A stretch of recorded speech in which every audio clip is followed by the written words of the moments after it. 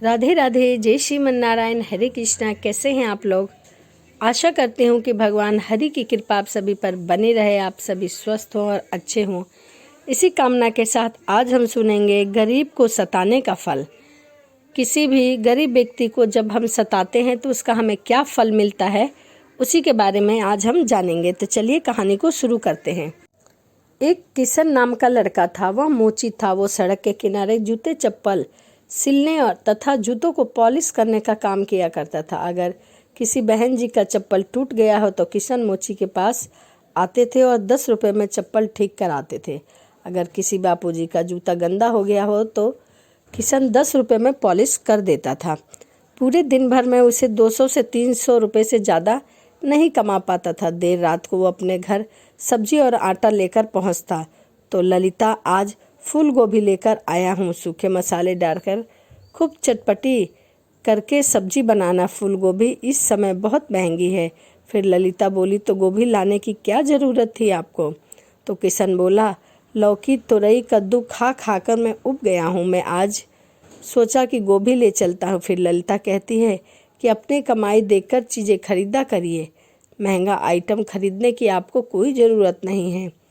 ये मोची गिरी छोड़कर कोई और काम धंधा क्यों नहीं शुरू करते हैं? तो किशन कहता है कि मैं क्या करूं, मुझे और कोई काम नहीं आता। मेरे पिताजी भी मोची थे, उन्होंने मुझे मोची के ही सारे काम सिखाए हैं। तुम जरा खाना बनाने से पहले थोड़ी चाय बना लो, वरना खाना खाने से पहले ही मुझे नींद आ जाएगी।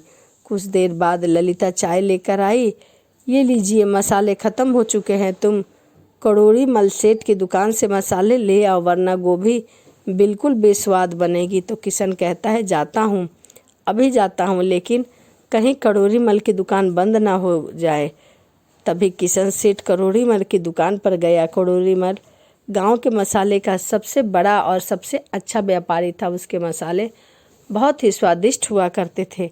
जब किशन कड़ोरी मल की दुकान पर पहुंचा तो कड़ोरी मल उस समय दुकान की शटर गिरा रहा था। फिर किशन बोला, सेठ जी रुक जाइए, मुझे 50 ग्राम धनिया, 50 ग्राम कश्मीरी मिर्च, 50 ग्राम सब्जी मसाला, 50 ग्राम हल्दी दे दीजिए। तो सेठ कड़ोरी मल बोला, तुम्हारे 50-50 ग्राम के चक्कर के लिए मैं फिर से दुकान नहीं खोलूँगा, टाइम पर क्यों नहीं आते हो? तो किशन बोला, माफ़ कीजिए सेठ जी, आज काम से लौटते वक्त ज़रा देरी हो गई। मेरी घरवाली में भी ज़रा सी बुद्धि नहीं है कि मसाले पहले ले आऊं या फिर पूरी तरह से ख़त्म हो जाते हैं तभी बताती है। फिर सेठ कड़ोरी मल बोला, पैसे लाए हो या खाली हाथ चले आए हो? तभी किशन कहता है, सेठ जी पैसा लेकर आया हूँ। कड़ोरी मल ने दुकान खोलकर सारे मसाले दे दिए। ये लो, 500 रुपये के हैं।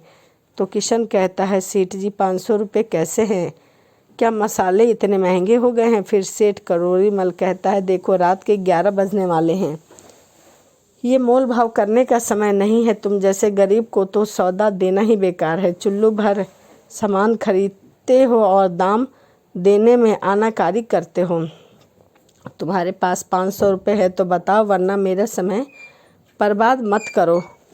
फिर किशन बोला, सेठ जी इस समय मेरे पास 300 रुपये है, आप इन्हें रख लीजिए, कल मैं आपको बाकी 200 रुपये दे जाऊंगा। फिर सेठ कड़ोरी मल बोला, ले जाओ फ्री का माल, तुम गरीबों को सामान उधार देकर मेरे हजारों रुपए फंस गए हैं। कड़ोरी मल ने किशन की खूब सारी बेइज्जती की। फिर उसे मसाले दिए। किशन मसाले लेकर घर पहुंचा। खाना खाते समय ललिता ने किशन से कहा कि कई महीने हो गए हैं, लेकिन मुझे ना तो उल्टियाँ हुई, ना ही पेट में कोई भारीपन महसूस हो रहा हो। कल आप मुझे डॉक्टर के पास ले चलिए। तो किशन ने कहा, ठीक है, कल काम पर जाने से पहले तुम्हें डॉक्टर के पास ले चलूँगा। अगले दिन अपनी पत्नी को डॉक्टर के पास लेकर गया। कुछ जांचें करने के बाद डॉक्टर ने कहा, वैसे तो सब कुछ ठीक है, लेकिन तुम्हें अपना खान पान सुधारना होगा।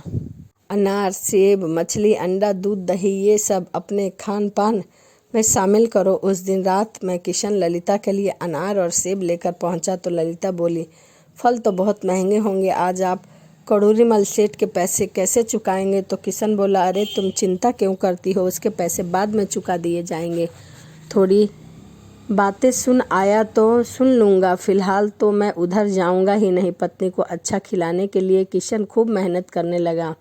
वो जहाँ मोचीगिरी का काम करता था उस स्थान पर उसने बेचने के लिए कुछ पुराने चप्पलें भी रख ली थी। जल्दी ही किशन ने अपनी कमाई दोगुनी कर ली। जैसे जैसे ललिता के पेट में उभर आ रहा था वैसे वैसे किशन की खुशियाँ बढ़ती जा रही थी। किशन खुशी में करोरी मल के पैसे वापस करना भूल गया था।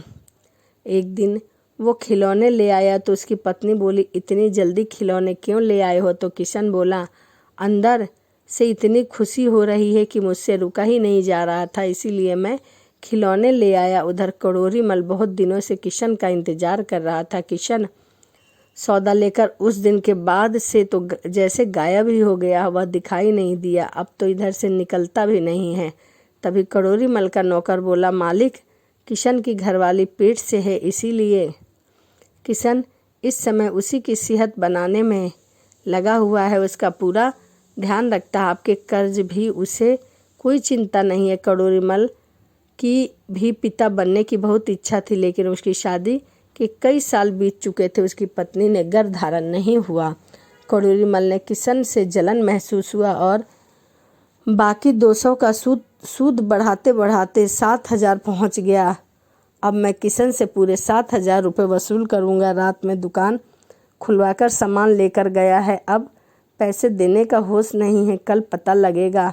उस 2 कौड़ी के मोची को अगले दिन करोरी मल ने अपने आदमियों को किशन के पास भेजा। किशन रोड पर उस समय अपनी दुकान लगाकर ही बैठा था। तभी सेठ के आदमी किशन की दुकान पर जा पहुँचे और बोले, तुमने सेठ करोरी मल के पैसे वापस नहीं किए हैं, नहीं लौटाए हैं, इसीलिए हम तुम्हारा सारा सामान जब्त करने आए हैं। तभी किशन बोला, मात्र 200 रुपये के लिए तुम मेरा सारा सामान जब्त कर लोगे? तो सेठ जी के आदमी बोले, 200 रुपये नहीं, 7,000। सेठ जी के यहाँ कर्ज का चक्रवृद्धि ब्याज है, उसका हिसाब तुम्हें समझ में नहीं आएगा, लेकिन बस इतना जान लो कि तुम्हारा कर्ज 7,000 हो गया है। भाइयों, इसका सारा सामान उठा लो। फिर किशन बोला, मेरे ऊपर तो कम से कम दया करो, इस सामान से मेरी रोजी रोटी चलती है और यह सामान वैसे भी तुम्हारे किस काम का है? मैं सेठ जी का कर्ज चुका दूंगा, लेकिन इस समय मेरा सामान छोड़ दो। मैं तुम्हें सामान के लिए हाथ पैर जोड़ता हूँ। तो सेठ के आदमी बोले, यह सब ड्रामा हमारे पास नहीं चलेगा। करोरी मल के आदमियों ने किशन का सारा सामान बटोर लिया और ले गए। किशन रोता हुआ उसके पीछे पीछे करोरी मल के पास जा पहुंचा। सेठ जी, मेरी पत्नी गर्भवती है, इस समय मुझे पैसे की बहुत ज़रूरत है, मेरे ऊपर दया कीजिए, मेरा सारा सामान लौटा दीजिए। तो करोरी मल बोला, आज 7,000 रुपये चुका दो, फिर अपना सामान ले जाना। मेरे सामने रोने गिड़गिड़ाने से कोई फ़ायदा नहीं है, फिर मुझे पैसे से मतलब है। किशन उदास होकर घर पहुंचा तो ललिता पूछती है कि क्या हुआ, आज आप इतनी जल्दी घर कैसे आ गए हैं? तो किशन बताता है कि करोरी मल सेठ ने मेरा सारा सामान छीनकर अपने पास रख लिया है, कहता है कि 7,000 का कर्ज चुकाएगा, फिर सामान वापस देगा। उसकी पत्नी कहती है कि उस करोरी मल की हिम्मत इतनी बढ़ गई है, तुम अभी पुलिस के पास जाओ। तब किशन कहता है कि पुलिस के पास जाने का कोई फ़ायदा नहीं है, करोरी मल की बहुत जान पहचान है, मेरे जैसे गरीब की पुलिस नहीं सुनने वाला। फिर ललिता कहती है, तो क्या हम हाथ पर हाथ धरे बैठे रहेंगे, कुछ नहीं करेंगे? फिर किशन कहता है, बहुत कुछ करूँगा, तुम कहती थी ना मोचीगिरी का काम छोड़ दो, करोरी मल की वजह से यह सही काम छूट गया, अब मैं जूते चप्पलों की दुकान खोलूँगा। तो ललिता कहती है, लेकिन उसके लिए पैसे कहाँ से आएंगे? तो किशन कहता है, मैं मकान गिरवी रख दूंगा। किशन ने अपना मकान गांव के प्रधान के पास गिरवी कर दिया और उनसे 3 लाख रुपए लेकर इन्वेस्ट करके जूते चप्पल की शानदार दुकान खोली। किशन मजबूत टिकाऊ जूते चप्पल उचित दाम में बेचने लगा था, इसीलिए उसकी दुकान चल निकली। कुछ महीने बाद एक दिन किशन करोड़पति सेठ के पास पहुंचा और बोला, सेठ, मैं तुम्हारे रुपए चुकाने आया हूं, हालांकि मुझे मोचीगिरी के सामान की अब कोई भी ज़रूरत नहीं है, लेकिन वह सामान मेरे पिताजी की निशानी है, इसीलिए वह मुझे वापस चाहिए। तो करोरी मल कहता है कि चक्रवृद्धि ब्याज से अब तुम्हारा कर्ज 25,000 हो गया है, इतना कर चुका पाओगे? किशन ने नोटों की गड्डी निकाली और करोरी मल की तरफ फेंक दिया और बोला, यह 30,000 रुपये है, रख लो, ज़रूरत पड़ने पर तुम्हारे काम आएगा। किशन मुचीगिरी का अपना सारा सामान उठा कर लेके चला गया। करोरी मल को पहली बार अपने अपमान महसूस हुआ और वह कहने लगा कि मेरा इतना बड़ा अपमान, कल यह मोची मेरे सामने रुपए फेंक कर चला गया है। प्रधान जी के पास गया और गिरवी घर इसने अपनी दुकान शुरू की है ना, मुझे पता है इसकी वजह से इसकी क्या हालत करूँगा, ना घर का रहेगा ना घाट का। एक दिन करोरी मल प्रधान के पास गया और बोला, जय सिया राम प्रधान जी। राम राम करोरी मल, आज इधर दर्शन कैसे दिए? तुम्हें तो मसालों के नोट कमाने से फुर्सत कहाँ है कि तुम दर्शन दोगे? तो करोरी मल कहता है, प्रधान जी मैं आपके पास अपना कारोबार बढ़ाने के सिलसिले में आया हूँ।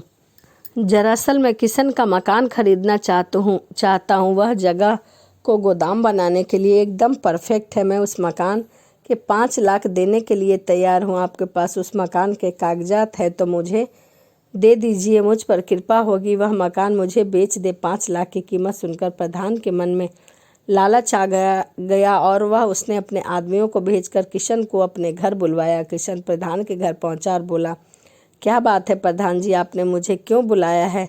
तुम्हारा कर्ज बढ़ते बढ़ते 5 लाख हो गया है। मुझे इस समय पैसे की ज़रूरत है। 5 लाख का कर्ज अभी चुकाओ, वरना तुम्हारा मकान और दुकान दोनों बेच दूंगा। फिर किशन कहता है, यह आप क्या कह रहे हैं प्रधान जी? आपने तो मुझे 2 साल का समय दिया था। अब इतनी जल्दी मैं आपसे पैसे कहाँ से लौटाऊंगा? फिर प्रधान जी कहते हैं, आज शाम तक रुपए का इंतजाम करो, वरना मकान और दुकान दोनों छोड़ दो। किशन कुछ दिन पहले ही करोरी मल को 30,000 रुपये देकर आया था। उसके पास 5 लाख का इंतजाम किसी तरह भी नहीं हो सकता था। अगले दिन प्रधान के आदमी किशन की दुकान पर गए और उनकी दुकान और मकान पर कब्जा कर लिया। किशन की पत्नी 8 महीने की गर्भवती थी। फिर किशन कहता है, चलो जंगल की तरफ चलते हैं, गांव में तो हमारे लिए कोई जगह बची नहीं है। किशन और उसकी पत्नी जंगल में गए। वह जंगल में खाने की तलाश में काफ़ी आगे चले गए। उन्हें एक नदी मिली तो ललिता बोली, यह नदी जरूर किसी न किसी गांव तक जाती होगी। किशन ने लकड़ी की एक नाव बनाई और दोनों लोग उस नाव में बैठ गए। उस नदी ने किशन और ललिता को एक रेगिस्तान तक पहुंचा दिया। फिर किशन बोला, हम तो किसी रेगिस्तान में आ गए हैं।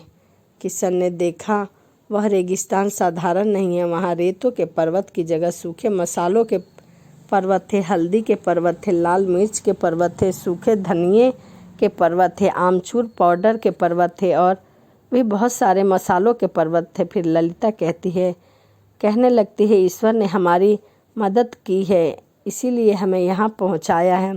फिर किशन कहता है कि तुम ठीक कहती हो, इन मसालों को मैं गांव में ले जाकर सेठ करोरी मल से भी बड़ी दुकान खोलूँगा। किशन ने कई तरह से सूखे मसाले बोरी में भर लिए और उन्हें लेकर गांव पहुंचा। किशन ने बहुत सस्ते दामों में मसाले बेचना शुरू किए और आवाज़ लगाता, आओ भाई आओ बहनों, मसाले लो, 100 रुपये किलो, कोई भी ले जाओ, कैसे भी ले जाओ। किशन के पास गांव वालों की भीड़ लग गई। कुछ व्यापारी भी थोक से मसाले खरीदने पहुंच गए। करोरी मल को जब यह बात पता लगी तो वह खुद उस स्थान पर पहुंचा जहां किशन मसाले बेच रहा था। करोरी मल यह देखकर बहुत चक्का रह गया कि किशन के पास इतने मसाले कहाँ से आ गए।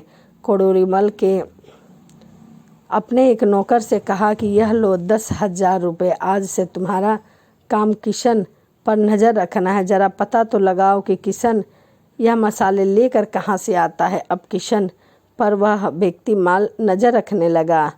सारा माल बिक गया तो किशन एक रात जंगल की तरफ गया। करोरी मल के आदमी ने किशन को नदी के रास्ते रेगिस्तान पहुंचते हुए देख लिया। उसने सारी बात जाके करोरी मल को बताई। सेठ जी, जंगल में एक नदी है जो मसालों के रेगिस्तान तक जाती है। फिर करोरी मल कहता है कि मसालों का रेगिस्तान? तो करोरी मल का आदमी कहता है, हाँ सेठ जी, मसालों का रेगिस्तान, वहाँ हर जगह मसाले की रेत जैसे पहाड़ है। करोरी मल तुरंत नाव पर सवार होकर मसालों के रेगिस्तान पहुंचा। उसने भी बोरी में मसाले भर लिए और अपनी दुकान तक ले आया। लेकिन जैसे ही उसने बोरी खोलकर देखी तो उसे पता लगा कि बोरियों में तो रेत है। उधर किशन भी रेगिस्तान से मसाले भर कर लाता था। उसके मसाले बोरी में तो मसाले ही रहा करते थे। तो करोरी मल का आदमी कहता, सेठ जी मुझे तो लगता है कि किशन को कोई वरदान प्राप्त है, वह भी इस रेगिस्तान से मसाले लाता है, परंतु इसके बोरी में तो मसाले होते हैं, परंतु आपकी बोरी में तो रेत होता है। किशन जल्द ही बहुत अमीर बन गया। उसने मसाले की बहुत बड़ी दुकान खोली। अब करोरी मल को कोई पूछता भी नहीं था। धीरे धीरे करोरी मल की दुकान बंद होने के कगार पर आ गई। किशन के घर एक लड़की का जन्म हुआ और वे लोग अपना जीवन खुशी से व्यतीत कर रहे थे, खुशी से बिता रहे थे। तो यह कहानी एक मोची और एक सेठ की थी। वीडियो आपको कैसी लगी कमेंट ज़रूर करिएगा। तो चलिए इसी के साथ वीडियो को समाप्त करते हैं और मिलते हैं अगली वीडियो में। राधे राधे, जय श्रीमन नारायण, हरे कृष्णा।